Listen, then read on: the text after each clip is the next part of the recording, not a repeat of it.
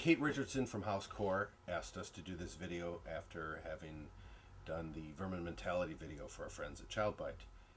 And that was a scaled down miniature video in itself, and this made perfect sense, just keep the ball rolling. So off we went. So the first thing I did was sit down and make this crazy outline on our big marker board. You're not crazy, but yeah. All right, you want to do one push out, you said? Yep. All right, rolling it. Rolling. Okay. Do you want this light on it? It's okay. I'm fine. Brent made the creature that he calls the butthole eyeball monster. It's a totally disgusting fucking design, but it's full of life, and it works. Did the job. I love it. I think it looks like H.P. Lovecraft and David Lynch designed a face hugger. I conceived the butthole monster in clay, and I knew that what my experience range was and how we were gonna, get mechanics into this thing and lights and stuff like that. That I was gonna have to make like a 3-part monster. I was gonna have to make 3 different pieces and put them together cohesively. I probably drew a half of a drawing and then just started immediately going into sculpting, and to everybody else here's nervous chagrin, there was a giant butthole in the middle of it, and it became a scary topic around here because a lot of us were afraid that it was going to be NSFW and or just not received well on the other end. Some people had just really thought we might have gone too far with that, but it's a monster and it's an alien, and certainly isn't the first butthole monster that has been in sci-fi or anything on TV or movies or anything.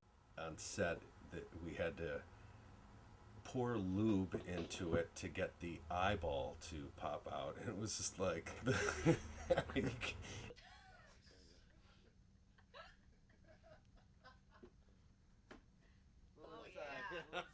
just so glad I'm filming this. Right. You are? Yeah. In the rim. Yeah, like get in there a little bit. I'm serious. I gotta have some lubrication for that fucking ball to get in. In the rim?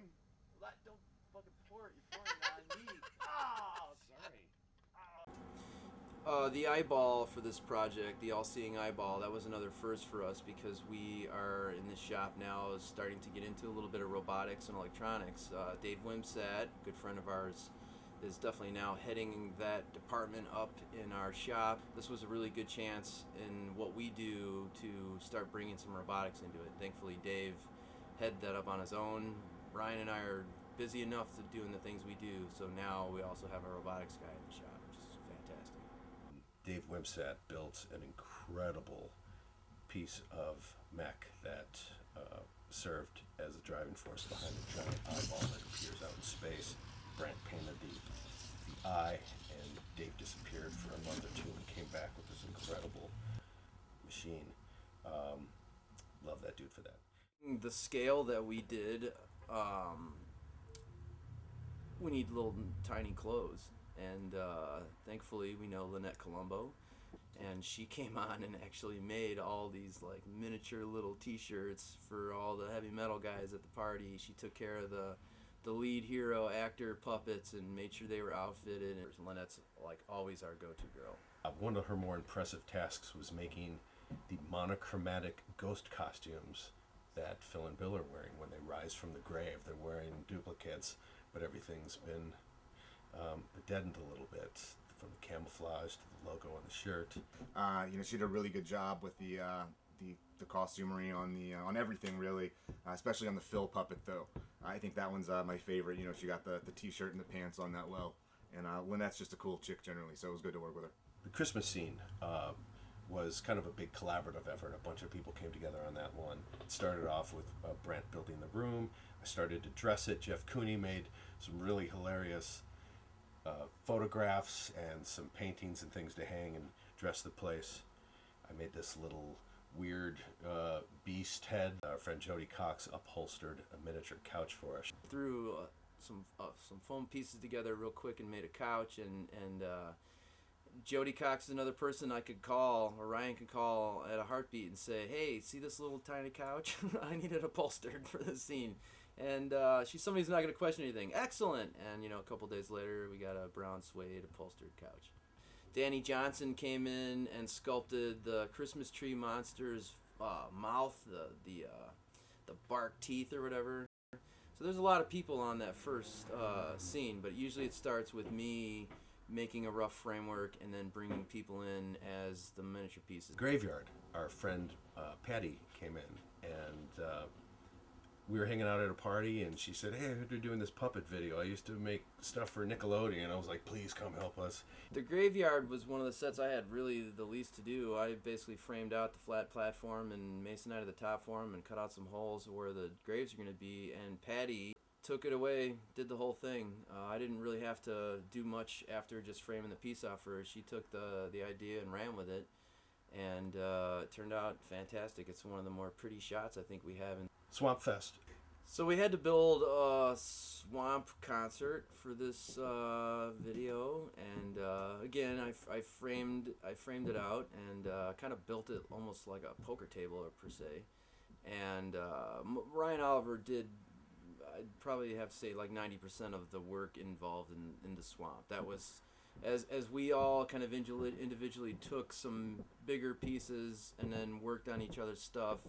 Ryan's scene was mostly the swamp. I didn't know what that scene was going to look like until I saw the rough cut.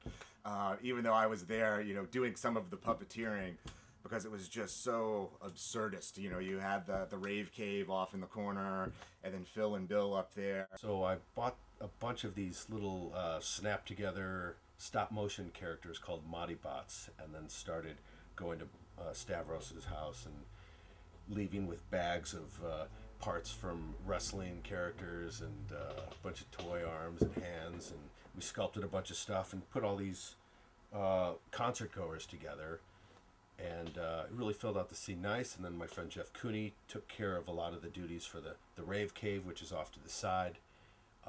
Although it's not fully realized in the cut of the video, all that is tied together, and that was a weird scene. A lot of slime. We made about 5 or 6 gallons of slime that we just had to pour into the bed of this thing that we built, and we didn't do that until the day of shooting. So made a bunch of tiny little speakers. Thought those turned out really cool. There's a lot of little details in that scene that just didn't make it to camera. You don't see it, but they're in there.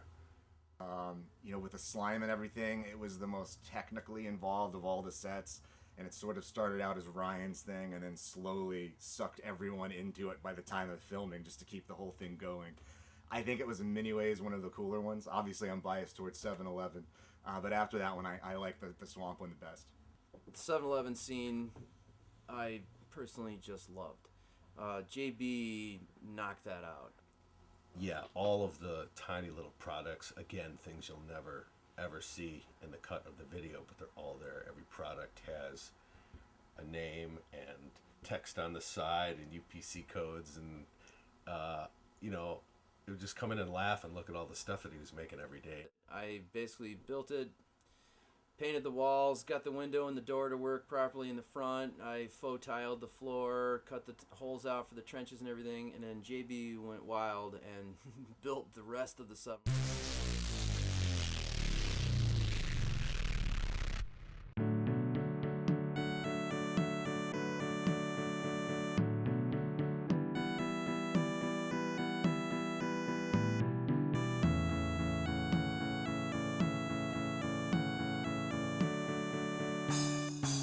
We got to know JB really well on this shoot for all that he did into it, and now, it's another friend that we have now for the shop. It was a really sharp set, and it's one of my favorite scenes for sure. So, essentially what Ryan and his team did in Chicago was build 1/6 scale sets, and I began building 1/6 scale puppets.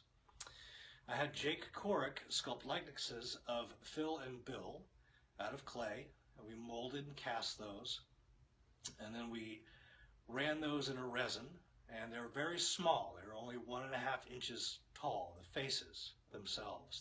what I ended up doing is molding an off-the-shelf 1/6 scale body, casting that in plastic, articulating each joint using 550 cord that was glued into sockets to represent joints like elbows, knees, torso. The neck and head mechanisms were made of brass tubing drilled down through the bodies and then mounted inside the heads. The big trick here was getting the mouths to work. Fuck me, yeah, fuck me. I kind of came up with a really quick idea of using a shutter release for a camera. And this was flexible enough that it could be fit inside the heads, and the little push button mechanism that kind of comes in and out almost like a stinger or a butterfly's proboscis would, something they would eat nectar with. Anyway, that would kind of go in and out, and I would attach that to a small chin on the inside of the mouth, and that would create the mouth movement, essentially. Yeah, yeah, yeah, yeah, yeah, yeah, yeah, yeah.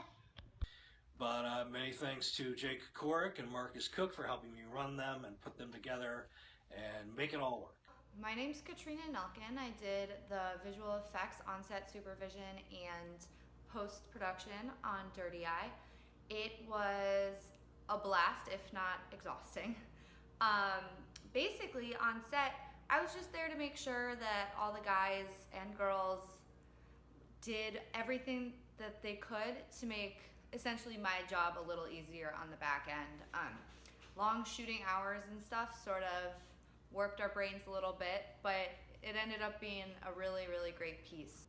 Basically, Ryan came to me after the shoot and the rough cut was put together, and he said, these are the shots that need some love, this is what I want to do here, here's where we need some cleanup over here, and I sort of just had at it.